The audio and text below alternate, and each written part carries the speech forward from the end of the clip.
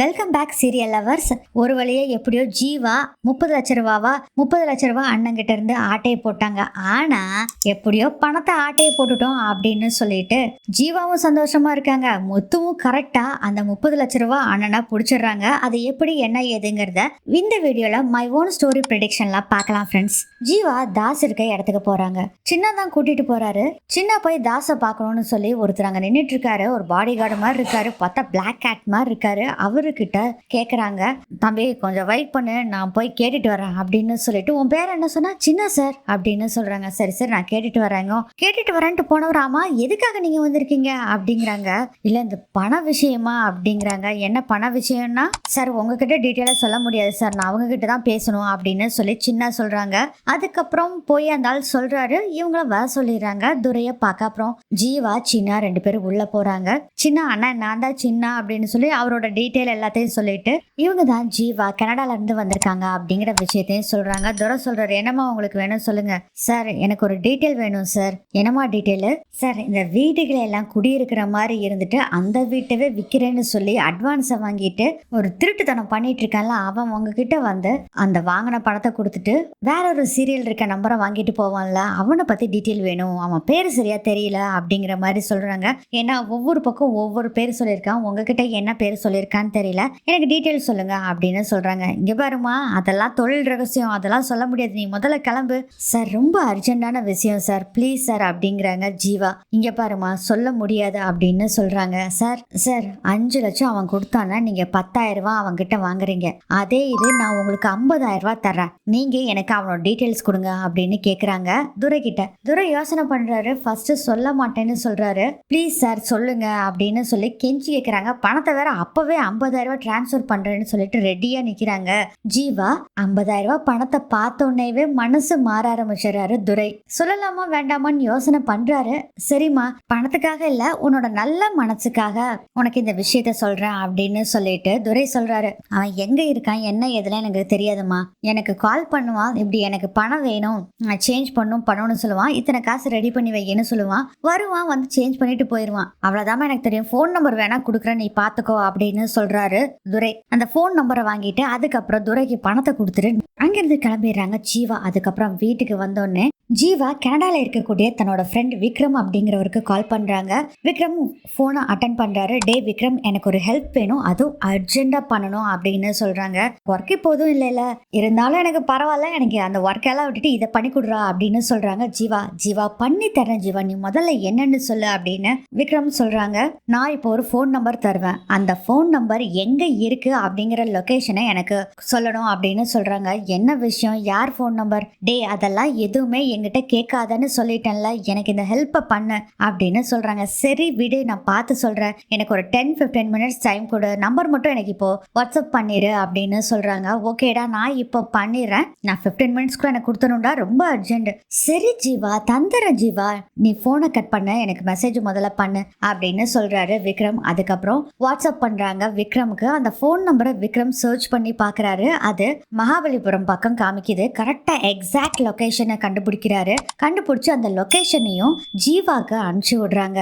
ஜீவா அந்த லொகேஷனை பார்த்தோன்னே பிடிச்சிட்டுடா இவனா அப்படின்னு சொல்லிட்டு வேக வேகமா கிளம்புறாங்க. அவங்க ஃப்ரெண்டு கீதா கேக்குறாங்க, என்னாச்சுடி எங்க கிளம்புற? அந்த 30 லட்ச ரூபா பார்ட்டியை கண்டுபிடிச்சாச்சு, அதான் போயிட்டு இருக்கேன். ஏண்டி பார்ட்டியை கண்டுபிடிச்சிட்டா அவன் எங்க இருக்கான், யாரு என்ன ஏதுன்னு தெரியுமா? அவன் இருக்க எக்ஸாக்ட் லொகேஷனை கண்டுபிடிச்சாச்சு, அப்புறம் என்ன கீதா? சரி எங்க அந்த லொகேஷன் இருக்கு? மகாபலிபுரத்துல ஒரு ஹோட்டல் பேரை சொல்லி அங்கதான் இருக்கு அப்படின்னு சொல்றாங்க. நீ என்னடி லூசாடி, அந்த ஹோட்டலுக்கு போற ஓகே, எப்படி அவனை கண்டுபிடிப்ப? அவன் இருக்கிற ரூம்ல போய் கண்டுபிடிப்பண்டி, ரொம்ப நல்லா இருக்குது. அவன் ரூம்ல இருந்தா சரி, நீ போறப்ப வேற எங்கேயாச்சும் போனோம்னா அவன் பேர் தெரியுமா? என்ன தெரியும் உனக்கு? எஸ் நீ சொல்றது கரெக்ட் தான், இப்ப என்ன பண்றது, எனக்கு இந்த புத்தி வராம போயிடுச்சு அப்படின்னு யோசனை பண்றாங்க. மறுபடியும் விக்ரம்க்கு கால் பண்றாங்க. விக்ரம் இன்னொரு ஹெல்ப். விக்ரம், அப்பா சாமி என்னோட ஒர்க் இருக்குடி, நான் எப்படி பண்ண முடியும், எனக்காக ப்ளீஸ்டா பண்ணித்தாடா, ரொம்ப அர்ஜென்டா அப்படின்னு சொல்றாங்க ஜீவா.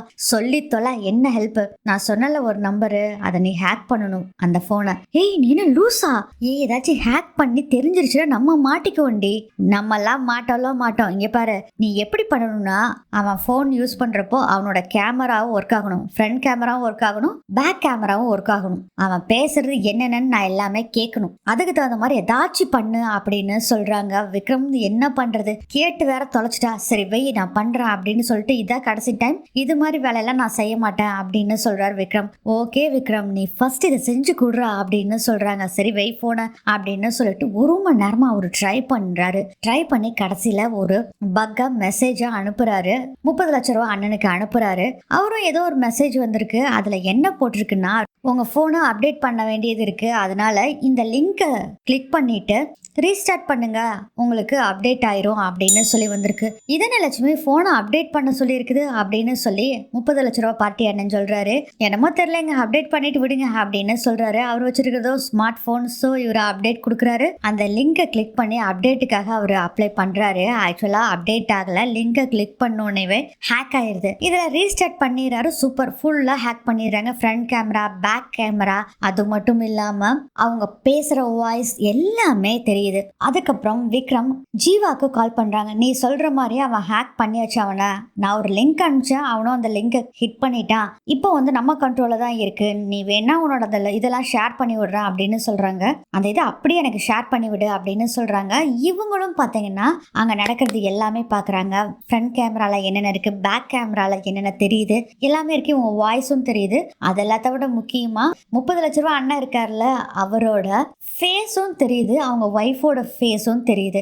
இது போதுனா எனக்கு அப்படின்னு சொல்லிட்டு கீதாவையும் கூப்பிட்டுட்டு அவங்க கிளம்புறாங்க. கீதா சொல்றாங்க, இல்லடி நான் வரல, பேசாம என் கூட வா. கீதாவையும் கூட்டிட்டு போறாங்க. இவங்களும் கார்ல போறப்போ ஃபுல்லா லேப்ல வச்சு அவங்க என்னென்ன பேசிட்டு இருக்காங்க, என்னென்ன பண்ணிட்டு இருக்காங்க அப்படிங்கறது எல்லாத்தையுமே ரெக்கார்டும் பண்ணிட்டு இருக்காங்க. அதே சமயத்துல இதுலயும் 30 லட்ச ரூபாய் நான் சும்மா இருக்காரா, லட்சுமி அந்த பணத்தை எடுத்துட்டு வா, நம்ம எண்ணி எல்லாம் கரெக்டா வச்சிடலாம் அப்படின்னு சொல்லி பணத்தை எண்ணி பார்த்துட்டு இருக்காரு. ஏன்னா துரை கிட்ட போய் பணத்தையும் மாத்திட்டு வந்துட்டாரு. இப்போ மனோஜ் கிட்ட வாங்கினாங்கல்ல, அந்த பணத்தோட சீரியல் நம்பர் எல்லாம் இருக்கும். அதனால அந்த நோட்டை பூரா துரை கிட்ட கொடுத்துட்டு வேற ஒரு நோட்டுகளை 30 லட்சம் ரூபாய்க்கு வாங்கிட்டு வந்திருக்காங்க. எதனாலன்னா ஒருவேளை அந்த சீரியல் நம்பரை வச்சு கண்டுபிடிச்சிருவாங்க அப்படிங்கிறதுனால இது மாதிரி பண்றாரு. 30 லட்ச ரூபான்னு பணத்தை எல்லாம் எண்ணி எல்லாம் அந்த பேக்ல போட்டு வைக்கிறாங்க. அதை எந்த பேக்குன்னு வேற பாத்துக்கிறாங்க நம்ம ஜீவா. அதுக்கப்புறம் கார்ல போயிட்டு இருக்கும் போதே பாத்தீங்கன்னா திடீர்னு கார் ரிப்பேர் ஆயிருது. அந்த டிரைவரும் காரை ஸ்டார்ட் பண்ணி பாக்குறாரு. ஸ்டார்ட்டே ஆக மாட்டேங்குது. என்ன மேடம் இது ஸ்டார்ட்டே ஆக மாட்டேங்குதுங்க, வேற கேப் ஏதாச்சும் புடிச்சு தரட்டுமா அப்படின்னு கேக்குறாங்க. நீ ஒன்னும் புடிச்சு தர வேண்டாம், என் வேலையவே கெடுக்காதா அப்படின்னு சொல்லிட்டு முத்துக்கு கால் பண்றாங்க.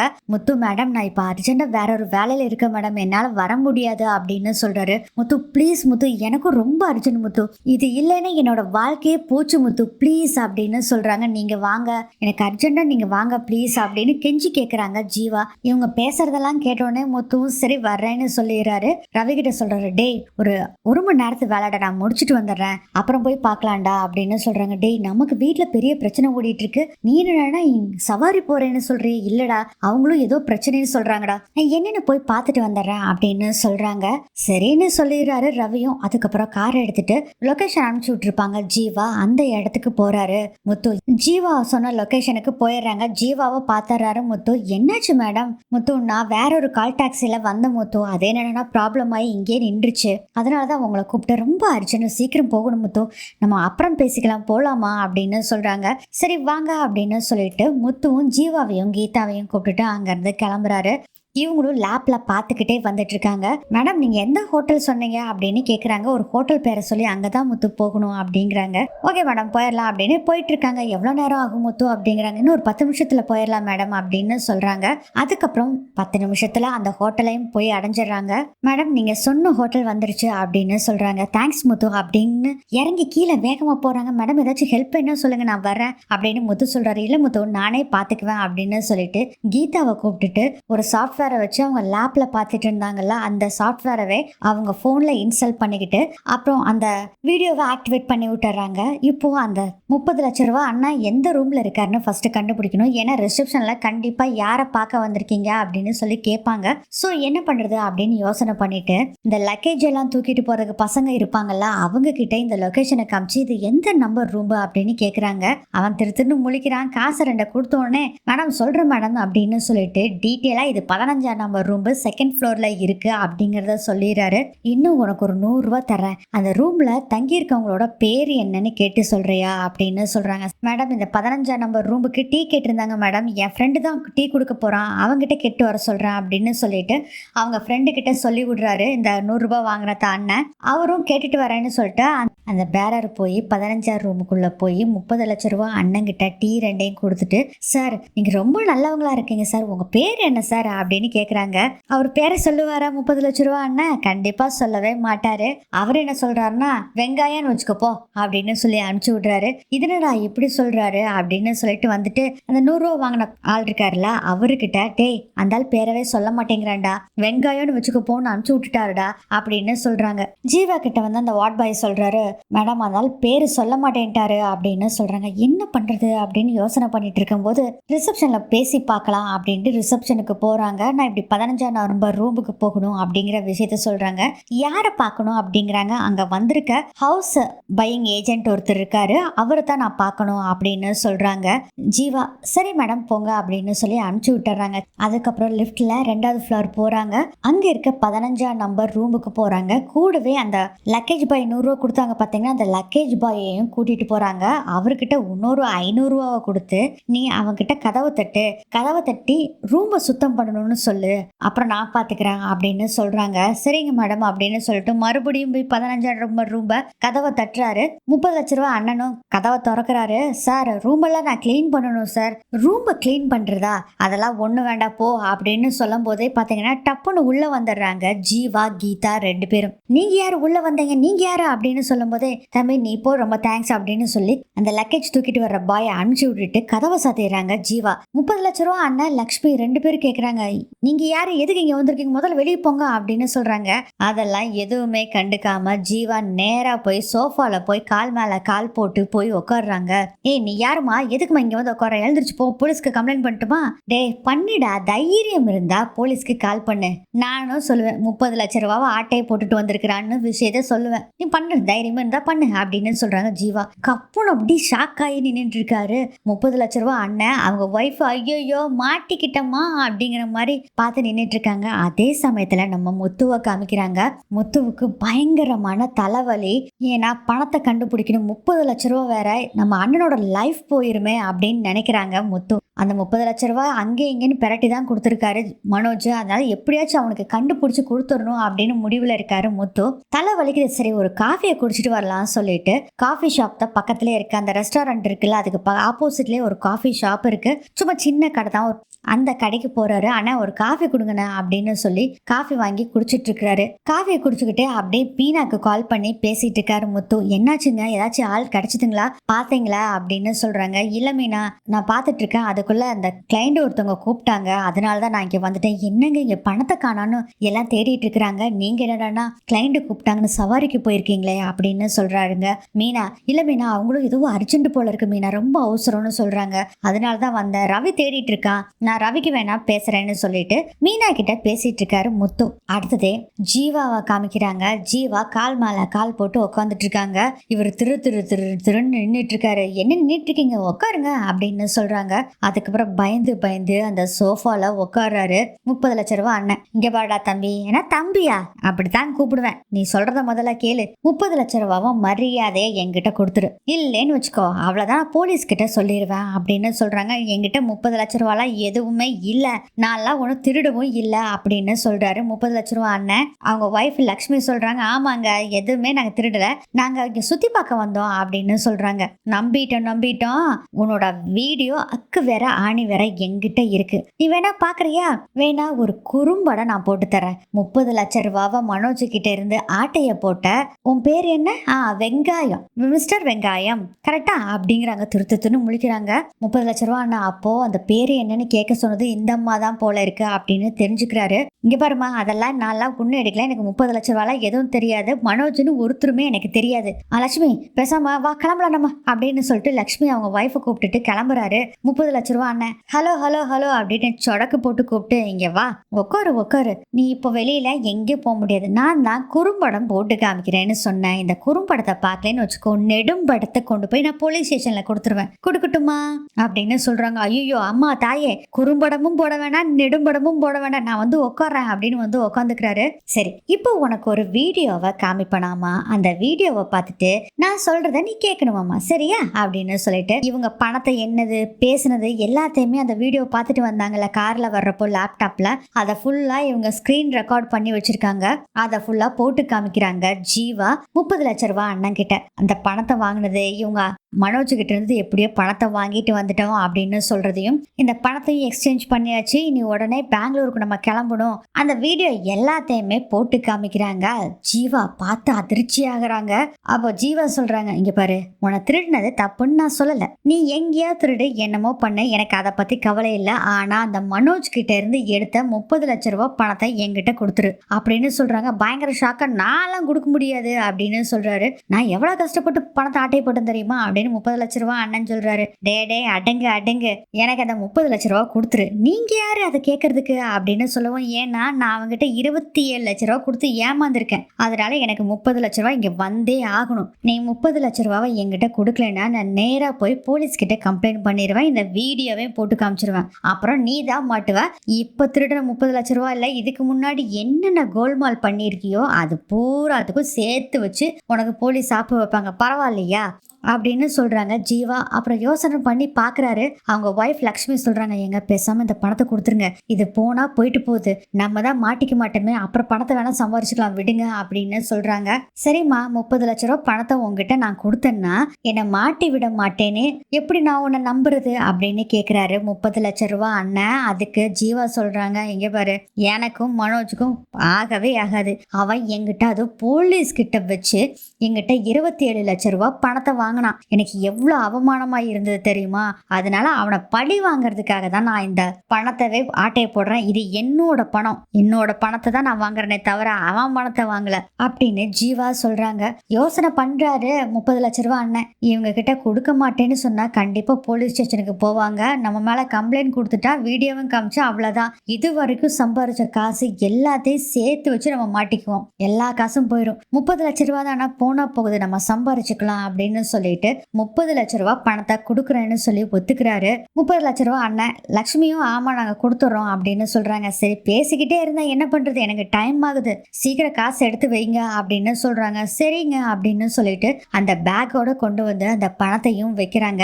30 லட்ச ரூபாய் எண்ணி பாத்துக்கிறாங்க. ஜீவா பார்த்துட்டு அந்த பேக்குள்ள எடுத்து வச்சுக்கிட்டு, ரொம்ப தேங்க்ஸ், ஆனா உன்ன நான் மாட்டி விட மாட்டேன், கவலைப்படாத, அதுக்காக இங்கேயே உட்காந்துட்டு இருக்காத, எப்படியும் மனோஜுக்கு விஷயம் தெரிஞ்சிடும், அப்புறம் உன்னை தேடி வந்துட்டு இருப்பான், அவ பொண்டாட்டி ஒருத்தி ராட்சசி, அவ எப்படியாச்சும் தேடி கண்டுபிடிச்சிருவா, அதனால நீ முதல்ல கிளம்பிடு அப்படின்னு சொல்லிட்டு 30 லட்ச ரூபாய் பணத்தை எடுத்துக்கிட்டு ஜீவா கீதா 2 பேரும் கீழே இறங்கி வர்றாங்க. அடுத்ததே நம்ம முத்துவை காமிக்கிறாங்க. முத்து வந்து போன் பேசிட்டு இருக்கிறாங்க.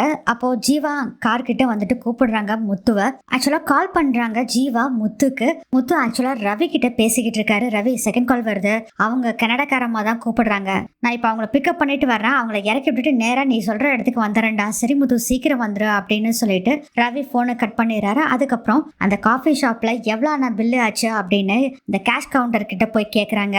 தம்பி நீ பண்ணு சாப்பிட்டுருக்க, அதுக்கப்புறம் காஃபி குடிச்சிருக்க அப்படின்னு சொல்லி அவர் ஒரு பில்ல சொல்றாரு. இருங்க நான் எடுக்கிறேன்னு சொல்லிட்டு போனை அந்த கேஷ் கவுண்டர்லயே அந்த டேபிள் மேல வச்சுட்டு அவரு பர்ஸ்ல இருந்து பணத்தை எடுத்து கொடுத்துட்டு அவசர அவசரமா அங்க இருந்து கிளம்புறாரு. போனை எடுக்க மறந்துடுறாரு. அந்த கேஷ் கவுண்டர்லயே அந்த போன் இருக்கு. கேஷ் கவுண்டர் அண்ணனும் அந்த பணத்தை வாங்கி போட்டுட்டு இவர் போன் வச்சுட்டு போனதை பார்க்கல. முத்து என்ன பண்றாருன்னா வாங்க மேடம் சீக்கிரம் வாங்கன்னு சொல்லி அவங்கள கார்ல ஏத்திட்டு அவரும் கிளம்பி போறாரு. அந்த காஃபி ஷாப்ல இருக்க கேஷ் கவுண்டர் அண்ணா இருக்காருல, அப்பதான் போனை பாக்குறாரு. அடடா இந்த தம்பி போனை வச்சுட்டு போயிட்டானே அப்படின்னு சொல்லிட்டு அங்க இருக்க ஒரு பேரரை கூப்பிட்டு, டே தம்பி இங்க வா, இந்த வெளியில ஒருத்தர் இருப்பாரு, ஹைட்டா ஒருத்தர் ப்ளூ கலர் சட்டை போட்டுட்டு போவாரு பாரு, அவரு கூப்பிட்டு இந்த போனை கொடுத்துரு அப்படின்னு சொல்றாங்க. சரிண்ணா அப்படின்னு வெளியே வந்து பாக்குறாங்க. அண்ணா நீங்க சொல்ற மாதிரி யாருமே இல்ல அப்படின்னு சொல்லி அந்த பேரர் சொல்றாரு. சரி அந்த போனை கொடு, இங்கேயே வச்சிருக்கலாம், அப்படி அவர் போனை காணான்னு தேடிட்டு கண்டிப்பா போன் நமக்கு பண்ணுவாரு, அப்ப கொடுத்துக்கலாம்னு சொல்லி வச்சிடறாரு. அடுத்ததே முத்து காரை டிரைவ் பண்ணிட்டு வந்துட்டு இருக்காரு. என்ன மேடம் போன காரியம் சக்சஸ் ஆயிடுச்சா அப்படிங்கிறாங்க. டபுள் சக்சஸ் முத்து, இப்பதான் எனக்கு ரொம்ப சந்தோஷமா இருக்கு, என்னோட மனசும் ரொம்ப திருப்தியா இருக்கு அப்படின்னு சொல்றாங்க. நான் நிம்மதியா இனி கனடா போவேன் அப்படின்னு சொல்றாங்க. மேடம் அதுக்குள்ள கனடா கிளம்புறீங்களா? ஆமா முத்து, நான் வந்த வேலை முடிஞ்சிருச்சு. ஆக்சுவலா ஒரு லேண்ட் வாங்கியிருந்தேன், அதை ரெஜிஸ்டர் பண்றதுக்காக தான் வந்திருந்தேன். அந்த லேண்டோட வேலையெல்லாம் முடிஞ்சிருச்சு முத்து. ரொம்ப நாளா நான் ஒரு விஷயத்துக்காக காத்துக்கிட்டு இருந்தேன், அந்த வேலையும் இப்ப முடிஞ்சிருச்சு. நான் நிம்மதியா நீ கனடா போவேன் முத்து அப்படின்னு சொல்றாங்க. மேடம் எப்ப மேடம் கனடா போறீங்க அப்படின்னு கேக்குறாரு முத்து. நாளைக்குதான் முத்து போறேன் அப்படிங்கிற விஷயத்த சொல்றாங்க. அதுக்குள்ள கிளம்புறீங்களா மேடம்? ஆமா முத்து, நான் டிக்கெட்லாம் ஏற்கனவே புக் பண்ணி வச்சிருந்தேன் முத்து அப்படின்னு சொல்றாங்க. சரி மேடம் வந்தா என்ன மறக்காம கூப்பிடுங்க சரிங்களா அப்படிங்கிறாங்க. கண்டிப்பா முத்து, நான் ஒன்னதான் கூப்பிடுவேன் அப்படின்னு ஜீவாவும் சொல்றாங்க. அதுக்கப்புறம் அந்த பேக்கை வச்சுட்டே இருக்கிறாங்க. கீதா கூட நான் வச்சுக்கிறேன் அப்படிங்கிறாங்க. இல்ல கீதா நானே வச்சுக்கிறேன் அப்படின்னு ஜீவா சொல்றாங்க. என்ன மேடம் புதுசா பேக் இருக்கு, புது பேக் வாங்குனீங்களா அப்படின்னு சொல்றாங்க. ஏன்னா போறப்ப பேக்ல வெறும் கையோட லேப்டாப்போட வந்தீங்க, இப்போ பேக் எல்லாம் கொண்டு வரீங்களா அதான் கேட்டேன் மேடம். அது ஒண்ணும் இல்ல முத்து, ஒருத்தரை பார்க்க போனேன்ல, பக்கத்திலே பார்த்தா என் ஃப்ரெண்டும் தங்கி இருந்தா, அவ வந்து கனடாக்கு போறா, அவளோட லக்கேஜ் நிறைய இருந்தது, அதனால கொண்டு போக முடியாது, எக்ஸ்ட்ரா காசு கேட்பாங்க, அதனால லக்கேஜ் கொஞ்சம் தான் கொண்டு போறேன், அதனால எங்கிட்ட கொடுத்து விட்டுட்டா, அவளோட ட்ரெஸ் இருக்கு அப்படின்னு சொல்றாங்க. ஓ சரி சரி மேடம், பேக் நல்லா இருக்குங்க அப்படின்னு சொல்றாரு முத்து. ஆக்சுவலா இது எந்த பேக்னா 30 லட்ச ரூபாய் பணத்தை மனோஜ் வச்சு கொடுத்தாரு பாத்தீங்களா, சேம் பேக் அதுதான். பேக் ரொம்ப நல்லா இருக்கு மேடம், எங்கேயாச்சும் வெளியில போறதுக்கு நல்லா வசதியா இருக்கு துணி எடுத்துட்டு போறதுக்கு அப்படின்னு சொல்றாரு முத்து. ஜீவா சொல்றாங்க, முத்து உங்களுக்கு இந்த பேக் பிடிச்சிருக்கா? ஆமா மேடம் நல்லா இருக்கு மேடம், உங்க ஃப்ரெண்டு கிட்ட கேட்டு சொல்லுங்க மேடம் எங்க வாங்கினாங்கன்னு, நானும் வாங்கிக்கிறேன். வெளியூர்லாம் போவேன் மேடம், நான் அப்போ துணிலாம் வந்து வேற இதுல பேக்ல தான் வச்சுட்டு போவேன், இது நல்லா இருக்குது அப்படின்னு சொல்றாங்க. அப்படியா ஓகே முத்து அப்படின்னு சொல்லிட்டு, நீ வீட்டுக்கு போனோடனே ஒரு 5 மினிட்ஸ் மட்டும் வெயிட் பண்ணு, நான் இந்த துணிலாம் எடுத்து வச்சுட்டு உனக்கு இந்த பேக்கை கொடுத்துறேன் சரியா? மேடம் என்ன மேடம் அதெல்லாம் வேண்டாங்க மேடம், அவங்க என்ன தப்பா நினைச்சுக்க போறாங்க. முத்து அதெல்லாம் ஒண்ணு இல்ல முத்து, நான் தர்றேன். ஆக்சுவலா ஒரு உண்மை சொல்லணும்னா என்னோட சூட்கேஸ்ல தான் இந்த துணியெல்லாம் வைக்க போறேன் முத்து, நான் ஒண்ணு இந்த பேக்கை எடுத்துட்டு போறது இல்ல, வேஸ்டா தான் கிடக்க போகுது, நீங்க அதுக்கு அந்த பேக்கை வச்சுக்கலாம்ல, வச்சு நீங்க யூஸ் பண்றேன்னு சொல்றீங்க, யூஸ் பண்ணிக்கிங்க முத்து அப்படின்னு சொல்றாங்க. மேடம் ஒருத்தர்கிட்ட நான் வாங்க மாட்டேன் அப்படிலாம் ஓசலாம் முத்து, என்ன ஒரு சிஸ்டரா நினைச்சுக்கோங்க முத்து, நீங்க வாங்கிக்கிங்க அப்படின்னு சொல்றாங்க. அந்த சிஸ்டரா நினைச்சுக்கோங்கன்னு சொன்னோடவே முத்துக்கு ரொம்ப சந்தோஷமாயிருது. மேடம் ரொம்ப சந்தோஷம் மேடம் அப்படின்னு சொல்லிட்டு அதுக்கப்புறம் வீடு வந்துருது. வீட்டுல இறக்கி விட்டோடனே முத்து ஒரு 5 மினிட்ஸ் வெயிட் பண்ணுங்க, இந்த துணியெல்லாம் எடுத்து வச்சுட்டு நான் கொண்டு வந்து உங்களுக்கு இந்த பேக்கை தந்துடுறேன் அப்படின்னு சொல்றாங்க. சரின்ட்டு முத்துவும் வெயிட் பண்றாங்க. வீட்டுக்குள்ள போனோடனே கீதா கேக்குறாங்க, என்னடி நீ லூசா, இந்த பேக் எதுக்கு அவங்கிட்ட தர்றேங்கிற?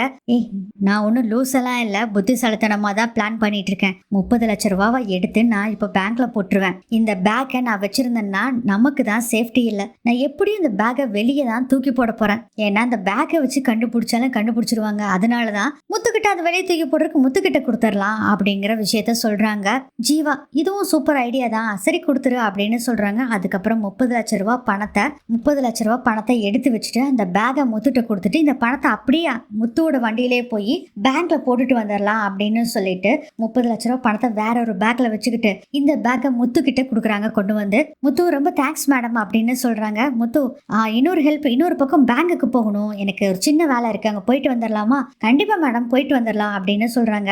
மேடம் சீக்கிரம் முடிஞ்சிடலாம் பேங்க் வேலை, ஏன்னா என் தம்பி வெயிட் பண்ணிட்டு இருக்கான் மேடம். அப்படியா முத்து, நோ ப்ராப்ளம் முத்து, நான் பணம் எடுக்க போறேன் முத்து, பணம் போறதா லேட் ஆகும், பணம் எடுக்க போறேன்ல, அதனால சீக்கிரம் முடிஞ்சிரு வேலை அப்படின்னு சொல்லி போய் சொல்றாங்க ஜீவா. அதுக்கப்புறம் அந்த பேங்க்ல போய் வண்டியை நிறுத்துறாரு. பணத்தை 30 லட்ச ரூபாவை டெபாசிட் பண்ணிடுறாங்க ஜீவா.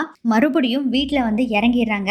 ரொம்ப தேங்க்ஸ் முத்து அப்படின்னு சொல்லிட்டு எவ்வளவு அமௌண்ட் ஆச்சுன்னு கேக்குறாங்க. இவர் ஒரு அமௌண்ட்டை சொல்றாங்க, அதை ஜீவா கொடுத்துட்டு அதுக்கப்புறம் அப்பாடா எப்படியோ சந்தோஷமா நம்ம வேலையை முடிச்சிட்டோம் அப்படின்னு கெத்தா வீட்டுக்குள்ள போறாங்க. அடுத்ததே முத்து டிரைவ் பண்ணிட்டே, அட இது வேற லேட் ஆயிடுச்சு, நம்ம ரவிக்கு கால் பண்ணி சொல்லிடலாம், ஒரு 10 நிமிஷத்துல அந்த இடத்துக்கு வந்துடும் சொல்லிடலாம்னு சொல்லிட்டு போன் எடுக்கிறாரு. பார்த்தா பாக்கெட்ல போன் இல்ல. உடனே வண்டி நிறுத்திட்டு கார் ஃபுல்லா தேடி பாக்குறாரு, போனை காணோம். அதுக்கப்புறம் என்ன பண்றாருன்னா வேகமா ரவி இருக்க இடத்துக்கு போறாரு. டே முத்து ஏன்டா இவ்வளவு நேரம் ஆச்சுன்னு ரவியும் பயங்கரமா திட்டுறாரு. நான் எங்க ஃப்ரெண்ட்ஸ் கிட்ட எல்லாம் வச்சு தேடினேன்டா, அவன் எங்க போனா யாருன்னே தெரியலடா, அவன் பேரு என்னன்னு இது வரைக்கும் தெரியவே இல்லை, ஆளுங்கூட பார்த்ததில்ல, என்னடா பண்றது அப்படின்னு சொல்றாங்க. டே அதெல்லாம் இருக்கணும்டா, என் போனை காணாண்டா, எங்க விட்டேன்னு தெரியல, நீ முதல்ல என்னோட போனுக்கு கால் பண்ணு அப்படின்னு சொல்றாங்க. என்னடா இந்த சமயத்துல போய் போனை மிஸ் பண்ணிட்டேன்னு சொல்லி தேடிட்டு இருக்க, இது தேடுறதா அதை தேடுறதா, டே அதெல்லாம் இருக்கணும்டா, முதல்ல என்னோட போனுக்கு முதல்ல கால் பண்ணுடா அப்படின்னு முத்து சொல்றாரு. கொஞ்சம் இருமுத்து அப்படின்ட்டு முத்துவோட போனுக்கு கால் பண்றாரு ரவி. கரெக்டா அந்த காஃபி ஷாப் கேஷ் கவுண்டர்ல இருக்க முத்துவோட போனு ரிங் அடிக்குது. அங்க கேஷ் கவுண்டர்ல இருந்த அண்ணன் போன் எடுக்கிறாரு. தம்பி என்ன தம்பி நீ போனை விட்டுட்டு போயிட்டிய அப்படின்னு சொல்றாங்க. சார் சார் ஒரு நிமிஷங்க சார், இது அண்ணனோட போன் தான், இருங்க என் அண்ணன் கிட்ட கொடுக்குறேன் அப்படின்னு சொல்லி முத்துக்கிட்ட கொடுக்குறாங்க. அண்ணே நான் வந்து காஃபி குடிச்சேன்லண்ணா, தெரியும் தம்பி, நீ காசு கொடுத்துட்டு நேரா போயிட்டேன், நானும் அதை பார்க்கல, பில் எல்லாத்தையும் சரி பண்ணிட்டு காசை கல்லால போட்டுட்டு நிமிந்து பாக்குறேன், உன் போன் இங்க இருக்குது, நாங்களும் வெளியே வந்து பார்த்தோம் தம்பி, நீ காணோம், அதனாலதான் இங்கேயே வச்சிருந்தோம், வந்து வாங்கிக்கோ தம்பி அப்படின்னு சொல்றாங்க. கேஷியர் அண்ணா சொன்னோன்னே, அண்ணா ரொம்ப தேங்க்ஸ் அண்ணே, உங்களை மாதிரி நல்லவங்க இருக்கிறனாலதான் இந்த பூமியிலே மழை பெய்யுது, எங்க அப்பா மாதிரியே இருக்கீங்க அண்ணா, நீங்க ரொம்ப நன்றி அண்ணா, நான் இப்பவே வந்து வாங்கிக்கிறேன் அப்படின்னு சொல்லிட்டு முத்து போனை கட் பண்ணிடுறாரு. டே போனு அங்க கடையில தாண்டா இருக்கு, போய் எடுத்துட்டு வந்துடலாமா அப்படிங்கிற. டே உன் நீன பைத்தியக்காரனாடா அப்படின்னு ரவி திட்டுறாரு. என்னடா சொல்லிட்டு இருக்க, ஏன்டா திட்டுற, ஒருத்தன் பணத்தை காணா 30 லட்ச ரூபா போச்சுன்னு ஒருத்தர் தேடிட்டு இருக்கா, நீ போனை போய் வாங்குறேன்னு சொல்லிட்டு இருக்கிற, அதெல்லாம் அப்புறம் வாங்கிக்கலாம், இங்க முதல்ல என்னன்னு பாக்கலாம் அப்படின்னு சொல்றாங்க. டே எனக்கு போன் இல்லைன்னா வேலையே ஆகாதுடா, டே இப்ப கண்டிப்பா நீ சவாரிக்கலாம் போறது இல்ல, போன் அங்கேயே இருக்கட்டும், அவங்க தான் பத்திரமா வைக்கிறேன்னு சொல்லியிருக்காங்கல்ல, பத்திரமா இருக்கட்டும், நீ அண்ணிட்ட பேசணுமா என்னோட போன் நம்பர்ல கால் பண்ணி சொல்லு, அவ்வளவுதான், முதல்ல இங்க பாக்கலாம் வா அப்படின்னு கூட்டிட்டு போறாங்க. சே என்னடா பண்றது அப்படின்ட்டு ரவியோட போன்ல கால் பண்ணி மீனா கிட்ட இப்படி போனை மிஸ் பண்ணிட்டேன், மகாபலிபுரத்துல இருக்கு அப்படிங்கிற விஷயத்த சொல்றாங்க. சரிங்க வாங்க நம்ம அப்புறம் வாங்கிக்கலாம் அப்படின்னு சொல்றாங்க. அதுக்கப்புறம் பீச் ஹவுஸ்க்கு போறாங்க. என்ன பண்றதுனே தெரியல, எல்லாம் திரு முழிச்சிட்டு இருக்காங்க. முத்து பீச் ஹவுஸ்க்கு நேரா வர்றாரு. வந்தோடனே வேகமா போய் பார்க் ப்ரோ இருக்காருல்ல, அவருக்கு தான் முத்துன்னு 2 அடி கணத்துல சப்பு சப்புன்னு கொடுக்குறாரு. என்னையா பார்த்து வச்சிருக்க, இப்ப அவனோட காசு தான் போச்சு, உங்காம திங்காம அது பாட்டுல போயிருச்சேயா. ஆமா அந்த 30 லட்ச ரூபா ஆட்டை போட்டு போனோன்னா அவளும் நீ ஏதாச்சும் பார்ட்னர்ஷிப்ல இதை வேலையை செஞ்சீங்களா? யோ ப்ரோ என்னையா பேசிட்டு இருக்கிற, நான் மனோஜ் என் ஃப்ரெண்டு, நான் இந்த தப்ப பண்ணுவேனா அப்படின்னு சொல்றாரு பார்க் ப்ரோ. அதுக்கு மனோஜ் சொல்றாரு, டேய் அது என் ஃப்ரெண்டுடா, இவரெல்லாம் இந்த தப்ப பண்ண மாட்டாரு அப்படின்னு சொல்றாங்க. அதுக்கு ரோகிணியும் சொல்றாங்க, ஆமா இவரெல்லாம் இந்த தப்ப பண்ண மாட்டாரு அப்படின்னு சொல்றாங்க.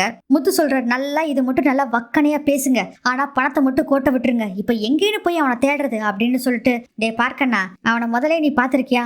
பாத்திருக்கேன் ப்ரோ. சரி அவனை பத்தி தெரியுமா?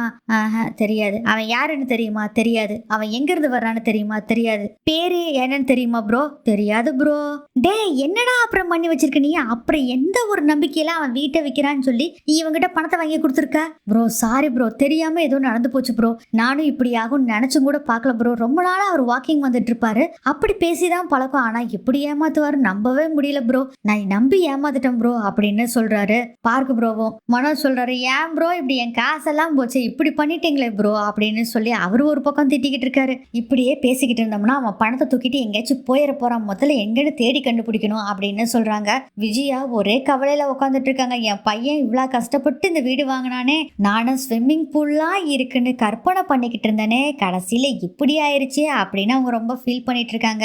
அண்ணாமலை சொல்றாரு, ஆமாண்டா நீங்க இப்படியே நின்றுட்டு இருக்கிறதுல எந்த ஒரு யூஸுமே இல்ல, நீங்க எங்கேயாச்சும் போய் தேடுங்க அப்படின்னு சொல்லும் போதே ஸ்ருதி சொல்றாங்க, பார்க் ப்ரோ நீங்க அந்த 30 லட்ச ரூபா ஆட்டையை போட்டவன பார்க்ல தானே சவுந்துச்சிங்க? ஆமா சிஸ்டர். ஏன் முத்து எனக்கு ஒரு ஐடியா வருது, எப்படியும் பார்க்ல சிசிடிவி கேமரா இருக்கும், அதை வச்சு கண்டுபிடிச்சிடலாம்ல அப்படின்னு சொல்றாங்க. அதுக்கு பார்க் ப்ரோ சொல்றாரு, அட நீ வேறமா, அந்த பார்க்ல சிசிடிவி கேமராலாம் ஒன்றும் இல்லை அப்படின்னு சொல்றாங்க. என்னடா பண்றது அப்படின்னு யோசனை பண்ணிட்டு இருக்காங்க. சரி அந்த பார்க்ல பக்கத்துல ஏதாச்சும் ஒரு சிசிடிவி கேமராலாம் இருக்கும் கடைகள்ல, அதுல போய் பார்க்கலாம் அப்படின்னு சொல்லிட்டு ரவி, முத்து, பார்க் ப்ரோ, மனோஜ் 4 பேரும் அங்கிருந்து கிளம்புறாங்க. ரோகிணி சொல்றாங்க, நானும் வர்றேன்னு சொல்றாங்க. நீ ஏதாச்சும் தகவல் இங்க வந்ததுன்னா எனக்கு உடனே இன்ஃபார்ம் பண்ணு, நான் அங்க போய் பாக்குறேன் அப்படின்னு சொல்லிட்டு இவங்க கூட மனோஜும் போறாரு. பார்க் பக்கத்துல இருக்கிற ஆப்போசிட்ல இருக்கிற சைட்ல இருக்க கடைகள் எல்லாத்துலயும் போய் கேக்குறாங்க. அங்க எல்லாமே சின்ன சின்ன கடைகளா தான் இருக்கு, அங்க ஒன்றும் கேமராலாம் இல்லை. ஆனா ஆப்போசிட்ல ஒரு பெரிய கடை ஒன்று இருக்கு, அது ஒரு ரெஸ்டாரண்ட். அந்த ரெஸ்டாரண்ட்ல போய் நடந்த விஷயத்த சொல்றாங்க. ரவி முத்து ரெண்டு பேரும் மனோஜ் கூடயே தான் இருக்காரு. சார் ப்ளீஸ் சார் எப்படியாச்சும் இந்த சிசிடிவி கேமராவை எங்களுக்கு காமிங்க அப்படின்னு சொல்லி அங்க கேஷ் கவுண்டர்ல இருக்க கேஷியர் கிட்ட சொல்றாங்க. அதுக்கு அவரு சொல்றாரு, இந்த விஷயம்லாம் நாங்க எதுவும் பண்ண முடியாது, மேனேஜர் தான் இதெல்லாம் பாத்துக்கணும், அதனால அவர்கிட்ட கேளுங்கன்னு சொல்லி மேனேஜர் கிட்ட கூட்டிட்டு போறாங்க. மேனேஜர் கிட்ட நடந்த விஷயத்தையெல்லாம் சொல்லி, அந்த திருடன் அடிக்கடி இங்கதான் வந்துட்டு போயிருக்கான், அதனால நாங்க தெரிஞ்சுக்கணும், ப்ளீஸ் சார் எங்களுக்கு அந்த வீடியோ இது காமிங்க அப்படின்னு சொல்றாங்க. அவரும் இவங்க 4 பேரும் கெஞ்சறத பார்த்துட்டு பார்க் ப்ரோவும் கூட தான் வந்திருக்காரு. அதுக்கப்புறம் சிசிடிவி கேமராவை பாக்குறாங்க. நீ கடைசியா எப்ப பார்த்தா அப்படின்னு பார்க் ப்ரோவை பார்த்து முத்து கேக்குறாரு. கடைசியா சேல்ஸ்க்கு வருது வீடுன்னு அப்படின்னு சொல்லி பேசணும்ல, அப்பதான் அவரை பார்த்தேன் அப்படின்னு சொல்றாங்க. அப்ப மனோஜ் கணக்கு போடுறாரு, என்னைக்கு ஒரு 2-3 நாளைக்கு முன்னாடி பார்த்தாவே தெரிஞ்சிரும் அப்படின்னு சொல்லிட்டு உடனே எத்தனை மணிக்குன்னு கேக்குறாங்க. மத்தியான வாக்குல தான் அவர் வந்தாரு அப்படின்னு சொல்றாங்க. அப்போ ரவி சொல்றாரு, மத்தியானம் தான் ஆளு நடமாட்டம் இருக்காது, இவர் வந்துட்டு போகிறது தெரியாது, அதுக்காக தான் இவன் இப்படி பண்ணிருக்கான் பாருங்க, பயங்கர புத்திசாலி போல இருக்கு அப்படின்னு சொல்றாரு ரவி. அதுக்கப்புறம் அந்த டைம் சொல்லி அந்த டேட்டு டைம் டே எல்லாத்தையும் சொல்லி சிசிடிவி கேமரால பாக்குறதுக்கு சொல்றாங்க. அங்க சிசிடிவி கேமராலையும் அதை பிளே பண்ணி காமிக்கிறாங்க. ஓடிக்கிட்டே இருக்கு. ஒரு 1/2 hour ஆகுது. அப்பதாங்க அவன் வர்றான். சார் சார் சார் சார் நிறுத்துங்க, இவனே தான் சார், இவன் தான் சார் அப்படின்னு சொல்றாங்க. பார்க் ப்ரோ சொல்றாரு, சார் இதை அப்படியே ஃப்ரீஸ் பண்ணுங்க அப்படின்னு சொல்லி ஃப்ரீஸ் பண்ணி எல்லாரும் போட்டோ எடுத்துக்கிறாங்க. முத்துவும் போட்டோ எடுக்கலான்னு போன் எடுக்க போகும்போது, அடைச்சை போனு தான் அங்க மாட்டிக்கிச்சா, முதல்ல நம்ம வாங்கிட்டு வர்றோம் அப்படின்னு நினைச்சிட்டு இருக்காரு. சார் இந்த போட்டோ போதும் சார், இதை வச்சே நாங்க அவனை பிடிச்சிருவோம், ரொம்ப தேங்க்ஸ் அப்படின்னு சொல்லிட்டு அந்த ஹோட்டல்ல இருந்து இவங்க 4 பேரும் வெளியே வர்றாங்க. இப்ப என்னடா பண்றது அப்படின்னு கேக்குறாங்க ரவி. அதுக்கு முத்து சொல்றாரு, வேற என்ன, இந்த போட்டோவை கொண்டு போய் போலீஸ் ஸ்டேஷன்ல கொடுத்துடலாம், கொடுத்தோம்னா போலீஸ் கண்டுபிடிச்சிருவாங்க, நம்மளும் இந்த போட்டோவை வச்சு ஆளாளுக்கு தேடலாம் அப்படிங்கிற விஷயத்த சொல்றாங்க. பார்க் ப்ரோவும் நானும் இங்க எங்கேயாச்சும் தேடுறான் ப்ரோ அப்படிங்கிறாங்க. போய் என்னத்தமோ செய்ய ப்ரோ, எனக்கு எரிச்சலை ஊட்டாது அப்படிங்கிறாரு மனோஜ். நீங்க போய் போலீஸ் ஸ்டேஷன்ல இந்த போட்டோவை கொடுங்க, நான் வந்து என்னோட போனை வாங்கிட்டு வந்துடுறேன் அப்படின்னு சொல்றாரு. இதுக்குள்ள பாத்தீங்கன்னா நைட் ஆயிருது. ரவி சொல்றாரு, டே நைட் ஆயிடுச்சுடா, ஏன்டா இப்படி பண்ற, இப்ப போனா முக்கியம், டே எனக்கு போன் ரொம்ப முக்கியம்டா, போன் இல்லைன்னா நான் ஒன்னும் பண்ண முடியாதுடா, எனக்கு சவாரியும் கிடைக்காது, அது மட்டும் இல்லாம நம்ம ஆளாளுக்கு போய் தேடுறப்போ நான் போன் இல்லைன்னா எப்படிடா என்னை கான்டாக்ட் பண்ணுவீங்க, நான் ஏதாச்சும் உங்ககிட்ட சொல்லணும்னாலும் என்னால முடியாதுடா, அதுக்கு தான் போன் வேணும்னு சொல்றேன் அப்படின்னு சொல்றாரு முத்து. சரி நீ எனத்தோ பண்ணு, கிளம்பு, நாங்க போய் போலீஸ் ஸ்டேஷன்ல போய் இந்த போட்டோவை கொடுக்குறோம் அப்படின்னு சொல்றாரு மனோஜ். அதுக்கப்புறம் மனோஜ் ரவி 2 பேரும் போலீஸ் ஸ்டேஷனுக்கு போறாங்க. போலீஸ் ஸ்டேஷன்ல போய் இந்த போட்டோவை இவன் தான் அவன் அப்படின்னு சொல்லி போட்டோவை கொடுக்குறாங்க. இன்ஸ்பெக்டர் அந்த போட்டோவை பார்த்துட்டு கான்ஸ்டபிளை கூப்பிட்டு இதை அக்யூஸ் லிஸ்ட்ல வந்து செக் பண்ணி பாரு இவனா அப்படின்னு சொல்றாங்க. அக்யூஸ் லிஸ்ட்ல செக் பண்ணி பாக்குறாங்க. தமிழ்நாடு வயசா எதுலையுமே அவரோட போட்டோ சிக்கல. அதுக்கப்புறம் சவுத் இந்தியா வயசா செக் பண்ணி பாக்குறாங்க. இந்தியாவை ஃபுல்லாவே செக் பண்ணி பாக்குறாங்க. அக்யூஸ் லிஸ்ட்ல இவரு இல்லவே இல்ல. என்னடா தம்பி இது, அக்யூஸ் லிஸ்ட்ல இவன் இல்லவே இல்ல, பயங்கரமான கேடியா இருப்பான் போல இருக்கே அப்படின்னு இன்ஸ்பெக்டர் சொல்லிட்டு, இவனை பிடிச்சிருவோம், கவலைப்படாதீங்க, நீங்க தைரியமா வீட்டுக்கு போங்க அப்படின்னு சொல்றாங்க.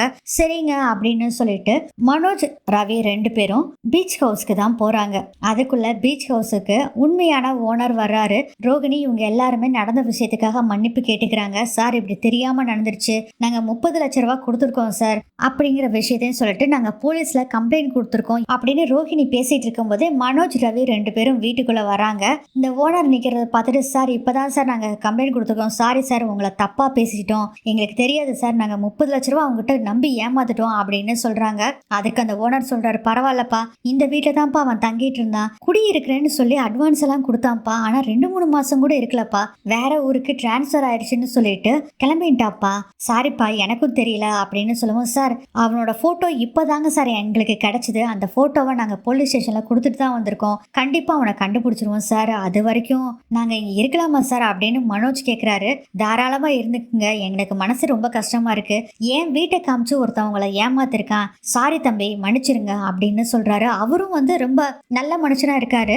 அண்ணாமலை அதை பார்த்துட்டு சொல்றாரு, சார் இவ்வளவு பெருந்தன்மையா இருக்கீங்க, ரொம்ப நன்றி சார், பரவாயில்லைங்க, ஒருத்தருக்கு ஒருத்தர் ஹெல்ப் பண்ணிக்கிறதுல என்ன தப்பு அப்படின்னு சொல்லி பேசிட்டு இருக்காங்க. சரிங்க, அவனை கண்டுபிடிச்சிட்டீங்கன்னா எனக்கு போன் பண்ணுங்க, அது வரைக்கும் ஒரு பிரச்சனையும் இல்லை, நீங்க தாராளமா இங்க தங்கிக்கலாம் அப்படின்னு வீட்டு ஓனர் சொல்லிட்டு அங்கிருந்து கிளம்பி போயிடுறாரு. ஏண்டே மனோஜ், அந்த போட்டோ கொண்டு போய் போலீஸ்ட கொடுத்துட்டியே, கண்டுபிடிச்சிருவாங்களா அப்படிங்கிறாங்க. கண்டுபிடிச்சிருவாங்கம்மா, என்னதான் பண்றதுன்னு தெரியலம்மா, 30 லட்ச ரூபா, அதுவும் நான் டீலர்ஸ் கிட்ட இருந்து தான் வாங்கி கொடுத்த 30 லட்ச ரூபாமா, நான் என்ன பண்றதுன்னே தெரியலமா அப்படின்னு டென்ஷனா பேசிக்கிட்டு இருக்காரு மனோஜ். அண்ணாமலை சொல்றாரு, இதுக்குதான் 1க்கு 2 தடவை தீர விசாரிச்சுட்டு தான் எதுவுமே செய்யணும், அதெல்லாம் எதுவுமே செய்யாம பணத்தை கொண்டு போய் கொடுத்தா இப்படிதானே நடக்கும். விஜயா சொல்றாங்க, ஏங்க அவனே மனசு உடைஞ்சு போய் போய் கிடக்குறான். அவங்ககிட்ட என்னங்க இப்படி பேசிட்டு இருக்கிறீங்க? சரி விடு விஜயா, போனதை பேசி என்ன பண்றது, நீ நடக்கிறத பேசலாம் விடு அப்படின்னு சொல்லி அண்ணாமலை சொல்றாரு. முத்து டிரைவ் பண்ணிட்டு போயிட்டு இருக்காரு. சென்னையில இருந்து மகாபலிபுரம் போறதுக்கு எப்படியும் 1.5 மணி நேரம் 1.25 மணி நேரம் ஆயிரும். டிராபிக்கா இருந்தா 1.25 மணி நேரம் ஆயிரும். டிராபிக் இல்லைன்னா 1.5 மணி நேரம் ஆகும் அப்படின்னு நினைக்கிறாரு. சரி எப்படியும் அந்த கடைக்காரனுக்கு கால் பண்ணி இந்த விஷயத்த சொல்லிடலாம் அப்படின்னு சொல்லி இறங்கி அங்க பக்கத்துல ஒரு கடை இருக்கு, அங்க அண்ணா ஒரே ஒரு போன் பண்ணிக்கிறேன், எனக்கு போன் கொடுங்கன்னு சொல்லி போன் அந்த கடைக்கார அண்ணாவும் கொடுக்குறாங்க. அவங்க கிட்ட இருந்து பேசுறாரு. முத்துவோட போனுக்கு மகாபலிபுரத்துல இருக்கக்கூடிய அந்த காஃபி ஷாப்ல இருக்க கேஷியர் அண்ணா போன் எடுக்கிறாங்க. ஆனா நான் முத்து தானே பேசுறேன், ஆனா நான் இப்ப வந்துகிட்டு இருக்கேன்னு, கொஞ்சம் வெயிட் பண்ணீங்கன்னா போதானே, நான் வந்து போனை வாங்கிக்குவேன் தம்பி, கவலையே படாத தம்பி, எங்க கடை 11 வரைக்கும் இருக்கும் தம்பி, அதுக்கு மேலனால ஒன்றும் பிரச்சனை இல்லை, கடை மூடிட்டாலும் கடைக்கு பின்னாடி பக்கம் கதவை வந்து தட்டு, இங்க வேலை செய்யற பசங்க எல்லாம் தூக்கிட்டு இருப்பாங்க, பின்னாடி பக்கம் அவங்களுக்கு வீடு இருக்கு, அங்க கதவை தட்டினா அங்க போனை கொடுத்துட்டு போறேன், வாங்கிக்க தம்பி அப்படின்னு சொல்றாங்க. சரிங்கண்ணா ரொம்ப தேங்க்ஸ் அண்ணா அப்படின்னு சொல்லிட்டு இவரும் டிரைவ் பண்ணி வந்துகிட்டு இருக்காரு. அதே மாதிரி ஒரு போறதுக்குள்ள கடை மூடிடுறாங்க. பேக் சைடு கதவை தட்டணும்னு ஒரு தம்பி வர்றாரு. அவர்கிட்ட இப்படி கேஷியர் அண்ணன் போன் கொடுத்துட்டு போனாரு, என் பேரு முத்து அப்படின்னு. ஆமாண்ணே சொன்னாரண்ணே, இருங்கண்ணே போனை எடுத்துட்டு வந்து கொடுக்குறேன் அப்படின்னு சொல்லிட்டு போனை கொண்டு வந்து கொடுக்குறாங்க. ரொம்ப தேங்க்ஸ் தம்பி, இதை நான் மறக்கவே மாட்டேன், ரொம்ப நன்றி அப்படின்னு சொல்லிட்டு அந்த போனை வாங்கிட்டு முத்து வர்றாரு. ஆக்சுவலா காரை முத்து எங்க நிறுத்திருக்காருன்னா 30 லட்ச ரூபா அண்ணன் தங்கியிருக்க ஹோட்டல் இருக்குல்ல, அதுக்கு ஆப்போசிட்ல இருக்கிற காஃபி ஷாப்ல தான் இவர் காஃபி குடிச்சிருப்பாரு. அந்த இடத்துலயே வண்டியை நிறுத்திட்டு அப்புறம் தான் பின்னாடி பக்கம் போய் போனை வாங்கிட்டு வர்றாரு. காருக்குள்ள உட்காந்துட்டு உடனே மீனாக்கு கால் பண்ணி போனை வாங்கியாச்சு மீனா அப்படிங்கிற விஷயத்த சொல்றாங்க. மீனா சொல்றாங்க, நைட்டு 12 மணி பக்கம் ஆக போகுதுங்க, பார்த்து பத்திரமா வாங்குங்க, இல்லாட்டி தங்கிட்டு வரீங்களா காலையில? இல்ல மீனா அதெல்லாம் ஒண்ணு இல்லை, நான் நைட் டிரைவ் பண்ணிட்டு வந்துடுவேன். இப்ப நீங்க எங்க மீனா இருக்கீங்க, நம்ம வீட்டுல இருக்கீல்ல அந்த பீச் ஹவுஸ்ல இருக்கீங்களா அப்படின்னு கேக்குறாரு முத்து. அதுக்கு மீனா சொல்றாங்க, நாங்க இன்னும் பீச் ஹவுஸ்ல தான் இருக்கோங்க, ஓனர் வந்தாரு, தாராளமா இங்க இருங்க, அந்த பணத்தை எடுத்துட்டு போனார்ல அவரை பிடிக்கிற வரையும் கூட இருங்க, ஒன்னும் பிரச்சனை இல்லை அப்படின்னு சொல்லிட்டு போயிட்டாருங்க அப்படின்னு சொல்றாங்க மீனா. பரவாயில்ல மீனா, ரொம்ப நல்லவரா இருக்காருல்ல அந்த ஓனர் அப்படின்னு சொல்லிட்டு இருக்காரு முத்து. அப்பதான் பாத்தீங்கன்னா அந்த சமயமே ஹோட்டல்ல இருந்து 30 லட்ச ரூபாய் அண்ணனும் அவங்க ஒய்ஃப் லக்ஷ்மியும் 2 பேரும் ஹோட்டல்ல இருந்து வெளியே வர்றாங்க. லட்சுமி அங்க பாத்தியா ஒரு கால் டாக்ஸி நிக்குது, அதுல புடிச்சு போயிடலாம் அப்படின்னு சொல்றாரு. முத்துவோட கால் டாக்ஸி பார்த்துதான் அவரு சொல்றாரு. அதுக்கு லட்சுமி சொல்றாங்க, எங்க வெளிச்சமா இருக்குதுங்க, இங்க நம்ம ஏறணும்னா கேமராலாம் தெரியும், வேண்டாம் வாங்க, அங்க இருட்டு இருக்கு பாருங்க, அந்த இடத்துக்கு போயிடலாம் அப்படின்னு சொல்றாங்க. சரி நீ சொல்றது கரெக்ட் தான் அப்படின்னு சொல்லிட்டு கொஞ்சம் தள்ளிட்டு கால் டாக்ஸியை கூப்பிடுறாரு, கைத்தட்டி கூப்பிடுறாரு. 30 லட்ச ரூபாய் அண்ணன். முத்து போன் பேசிக்கிட்டே ஆக்சுவலா ஃபுல்லா கிளாஸை ஏத்தாம பாதை இறக்கி விட்டுருக்காரு. முத்துவோட முகம் வெளியே தெரியாது, அந்த அளவுக்கு ஏத்திருக்காரு. 30 லட்ச ரூபாய் அண்ணன் டாக்ஸி டாக்ஸி அப்படின்னு கூப்பிடுறாரு. அதை பார்த்துட்டு மீனா ஏதோ சவாரி போல இருக்கு மீனா, அவங்க சென்னை போறாங்கன்னா நான் அவங்களை ஏத்திட்டு வந்தேன்னா எனக்கு காசும் ஆச்சு, வீட்டுக்கு வந்த மாதிரி ஆயிரும் மீனா அப்படிங்கிறாங்க. சரிங்க அப்படியே செய்யுங்கன்னு சொல்லிட்டு போனை கட் பண்ணிடுறாங்க. இதோ வர்றங்க அப்படின்னு சொல்லிட்டு காரை திருப்பிட்டு அவங்க பக்கத்துல போய் நிறுத்துறாரு. முத்து காரோட இன்டீரியர் லைட்டை போடாமே, சார் ஏறுங்க சார், எங்க போகணும் அப்படின்னு கேக்குறாரு. சென்னை தான் போகணும் தம்பி, கூட்டிட்டு போங்க அப்படின்னு சொல்றாங்க. சரி ஏறிக்கிங்க அப்படின்னு சொல்றாங்க. இந்த வாய்ஸ் எங்கேயோ கேட்ட மாதிரி இருக்கே அப்படின்னு நிமிந்து பாக்குறாரு. பார்த்தா 30 லட்ச ரூபாய் அண்ணன் கப்புன்னு அமைதியாயிராரு முத்து உடனே என்ன பண்றாருன்னா, அவர் எப்பயுமே மாஸ்க் ரெடியா வச்சிருப்பாரு. ஏன்னா அந்த புழுதி ஏரியால போகும்போது ஏசி போடாம போகும்போது அந்த புழுதியெல்லாம் முகத்துல அடிக்கும்னு சொல்லிட்டு மாஸ்க் வச்சிருப்பாரு முத்து. உடனே எடுத்து அந்த மாஸ்க போட்டுக்கிறாரு முத்து. ஏன்னா 30 லட்ச ரூபாய் அண்ணனும் முத்துவும் 2 பேர் சண்டை போட்டிருக்காங்க, அதனால முத்துவை கண்டுபிடிச்சிருவாங்கன்னு தெரிஞ்சு உடனே மாஸ்க போட்டுக்கிறாங்க. 30 லட்ச ரூபாய் அண்ணனும் அவங்க ஒய்ஃபும் பின்னாடி பக்கம் தான் உட்காடுறாங்க, டிரைவர் சீட்டு பக்கம் உட்காரல. ஆனா எங்க போகணும், சென்னையில ஆம்னி பஸ் ஸ்டாண்ட் இருக்குல்ல தம்பி, அங்கதான் போகணும் அப்படின்னு சொல்றாரு. 1 லட்ச ரூபாய் அண்ணன். மவனே மாட்டினியாடா நீயே அப்படின்னு நினைச்சுக்கிட்டு அப்படியே டிரைவ் பண்ணி போயிட்டே இருக்காரு. முத்து சொல்றாரு, அண்ணா எப்படியும் போறதுக்கு 1 மணி நேரம் 1.25 மணி நேரம் ஆயிரும் அண்ணா, நீங்க தூங்குறா தூங்கிட்டு வாங்க அப்படிங்கிறாங்க. இல்ல தம்பி பரவாயில்ல அப்படின்னு புடக்குன்னு முழிச்சுக்கிட்டே வர்றாரு 1 லட்ச ரூபாய் அண்ணன். ஆனா லக்ஷ்மி மட்டும் பாத்தீங்கன்னா தூங்கிடுறாங்க. ஒரு இடத்துக்கு போறாரு. அப்ப யோசனை பண்றாரு, இந்த விஷயத்த நம்ம முதல்ல ரவிக்கிட்டையும் மனோஜ்கிட்டையும் இந்த விஷயத்த சொல்லணும் அப்படின்னு சொல்லிட்டு அப்படியே டிரைவ் பண்ணி போயிட்டு இருக்காரு. போகும்போது அண்ணா கொஞ்சம் தூக்கம் வர்ற மாதிரி இருக்குது, இறங்கி டீ குடிச்சிட்டு வந்துட்டுமா அண்ணா அப்படின்னு சொல்றாரு. இல்ல தம்பி கரெக்டா அந்த டைமுக்கு போகணும், இல்லாட்டி பஸ்ஸை விட்டுருவோம் தம்பி அப்படின்னு 1 லட்ச ரூபாய் அண்ணன் சொல்றாரு. அண்ணா 5 நிமிஷம் டீயை குடிச்சிட்டு உடனே வந்துடுறேன் அப்படின்னு சொல்லிட்டு இறங்கி போறாரு முத்து. இறங்கி போய் டீ கடையில டீ குடிக்கிற மாதிரி பாத்தீங்கன்னா மீனாக்கு கால் பண்றாங்க. ஏங்க இந்த நேரத்துல கால் பண்றேன் மீனா, 30 லட்ச ரூபாய் பார்ட்டி என் கார்ல தான் இருக்கிறான் மீனா, நான் ஒரு தாள் சவாரிக்கு வந்தாருன்னு சொன்னேன்ல அவன் தான் அது அப்படின்னு சொல்றாங்க. எங்க என்னங்க சொல்றீங்க? ஆமா மீனா, முதல்ல ரவி மனோஜ் எல்லாத்தையும் எழுப்பி இந்த விஷயத்த சொல்லு, அவங்க எல்லாத்தையும் முதல்ல கூப்பிடு அப்படின்னு சொல்றாங்க. இருங்க லைன்ல இருங்க அப்படின்னு சொல்லிட்டு எல்லாத்தையுமே கூப்பிடுறாங்க. எல்லாருமே எழுந்திருச்சு வந்துடுறாங்க. எங்க எல்லாருமே எழுந்திருச்சு வந்துட்டாங்க அப்படின்னு உடனே ஸ்பீக்கர்ல போடு அப்படின்னு சொல்லிட்டு ரவி மனோஜ் 2 பேரும் நல்லா கேட்டுக்குங்கடா, 30 லட்ச ரூபாய் பார்ட்டி என்கிட்ட தான் இருக்கான், என் வண்டியில தான் உட்காந்துட்டு இருக்கான். அவன் ஆம்னி பஸ் ஸ்டாண்ட்ல வந்து இறக்கி விட சொல்லியிருக்கான். ஏன்னா நீ உடனே போலீஸ்க்கு இன்ஃபார்ம் பண்ணிரு, நான் அவனை கூட்டிட்டு வந்துடுறேன் அப்படின்னு சொல்றாங்க. இதை கேட்டோடனே எல்லாத்துக்குமே பயங்கர சந்தோஷமாயிருது. அண்ணாமலை கேட்கிறாரு, டே அவனை கண்டுபிடிச்சி? ஆமாப்பா, அதெல்லாம் வந்து டீட்டெயிலா சொல்றேன். டே மனோஜ் ரவி 2 பேரும் முதல்ல போலீஸ் கிட்ட போய் இன்ஃபார்ம் பண்ணுங்க, சரிடா அப்படின்னு போனை வச்சிடறாங்க. அதுக்கப்புறம் காருக்கு வர்றாரு முத்து. இதோட இந்த எபிசோடு முடியுது. இதோட தொடர்ச்சியை நாளைக்கு வீடியோல அப்லோட் பண்றேன் ஃப்ரெண்ட்ஸ்.